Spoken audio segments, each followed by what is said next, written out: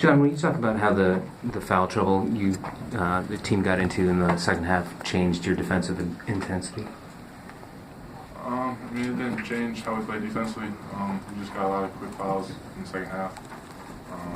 Some just dumb fouls that we can control. And others that they just called I was being very aggressive, getting downhill. I mean, you saw in the first half we only gave up 2-3 fouls. Second half they were in double bonus in like the first 5-6 minutes of the second half. So I think we just take away those silly fouls. Still being aggressive, but not those silly fouls. We'll be good. Daniel? John, what made Kofi such a tough defensive assignment, particularly around the basket? Yeah, I mean, he uses his body well. He's a big body that score down the low. Very skilled, being a freshman. He does his work early. He likes to dunk it in the ceiling. They give him really good angles for him to just turn around and score. Give credit to him. He played well in that. Is there anything that you saw tonight from his game that maybe you didn't see on film, or anything that you felt surprised you? Nothing really surprised me. I mean, he just was doing his work early, and like I said, he played well.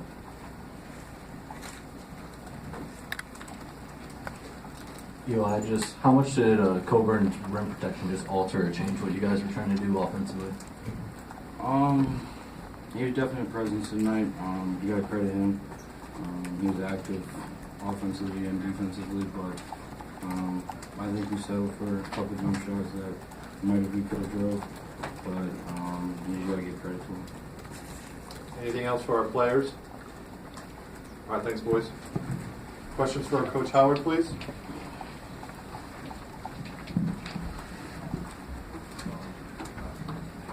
Coach, it seemed like towards the end of the game there, you put the press on. It kind of flustered Illinois for a little bit there. What was the outcome after that?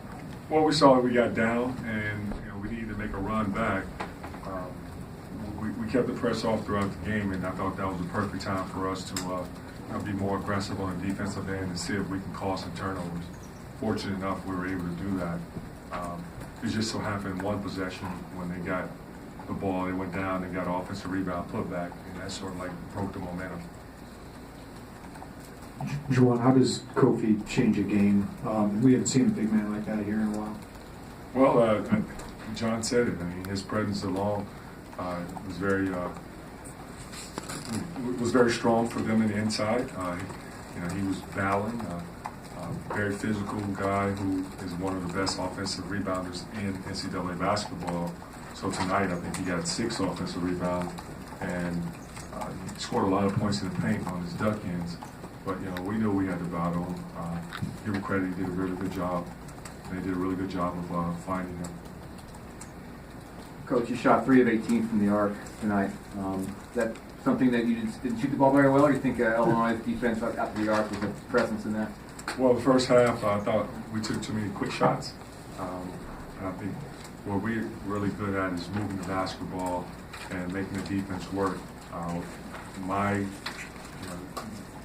favorite possession was when David DeJulius had the ball in the slot area, and he could have took the shot and he passed it to the corner to Isaiah for a better shot. And that's who we are. That's been our identity.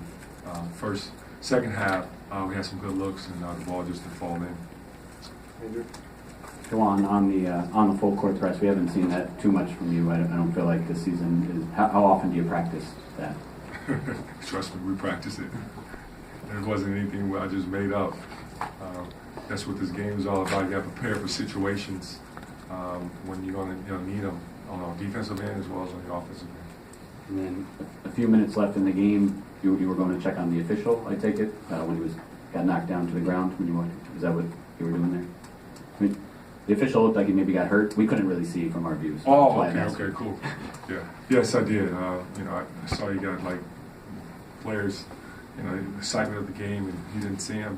He hit him in the back of his head, and it doesn't matter. If he have on an official jersey or if he's the opponent, I care about his health. And as you can see, we had to finish the game with 2 referees. I just hope he's okay. Juwan, what was your impression of how Illinois guarded your ball screen action and kind of forced a lot of your guys left and didn't let you guys go downhill? You know, they had a good game plan.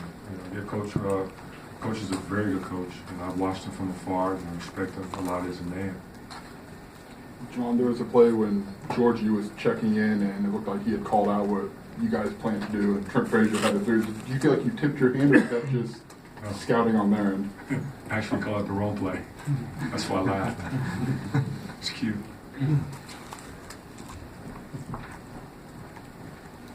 Juwan, I know you touched on Kofi a little bit earlier, but what else goes into such a kind of wide range on the rebounding discrepancy with 44 to 28? Is there anything that stuck out to you?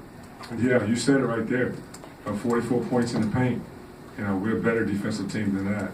And if we want to, battle and compete in the Big Ten and have a chance to raise a trophy, we can't allow a team to score 44 points on us in the paint, and then also have 16 second chance points and 15 offensive rebounds. That's a recipe for a loss.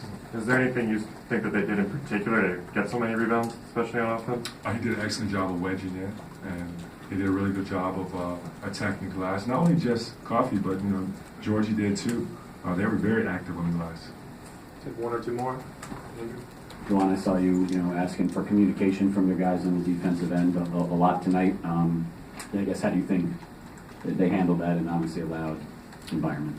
Well, it is a loud environment, and that's where we have to be at that 10x level when we talk about communication, over-communicating, making sure that each and every guy know what defensive coverage we're in. All five guys must know what play call that we're in, and we practice situations like that. We expected this place was going to be rocking, and sure enough, the crowd got into it and got loud in the building. Juwan, I know this one probably stings way in the back here, but coming back to Big Ten arenas like this where you played a quarter century ago, does it stir up memories for you? And is it kind of fun to go back to these Big Ten arenas a little bit? Oh yeah, that's why I'm back, baby. I enjoy this. I enjoy competition. I enjoy playing in the Big Ten. That's why I chose playing in the Big Ten, because it's a super competitive conference with a ton of talent. Get you ready if you want to play on that next level. Playing on the road here in the Big Ten, you have to have that mental toughness, because the games is all about runs. And like tonight, Illinois made a run. Now you have to see where you are mentally. Are you going to, of course, just not go out there and respond, or are you going to figure it out? And I think this is a beautiful challenge, and for our players, and it's good that it's a learning process that we got a chance to see where we are and what we need to work on. And tomorrow we'll be ready to get in practice and look at film and see where we need to improve. Last one. Juwan, excluding the last 2 minutes when you were pressing pretty effectively, but sort of between the 10-minute mark and the 2-minute mark, after Isaiah had 3 fouls, Franz had 3 fouls, did that change your defensive intensity at all? No. We have the mentality, next man, it's simple. And I trust each and every guy on our roster that when one guy go out with foul trouble, God forbid, injury, some or sickness, the next man I call in, he's going to be ready to go, and I trust him, and his teammates trust him, that he's going to do his job. All right, thank you, Coach. Y'all have a good night. Thanks, Tom.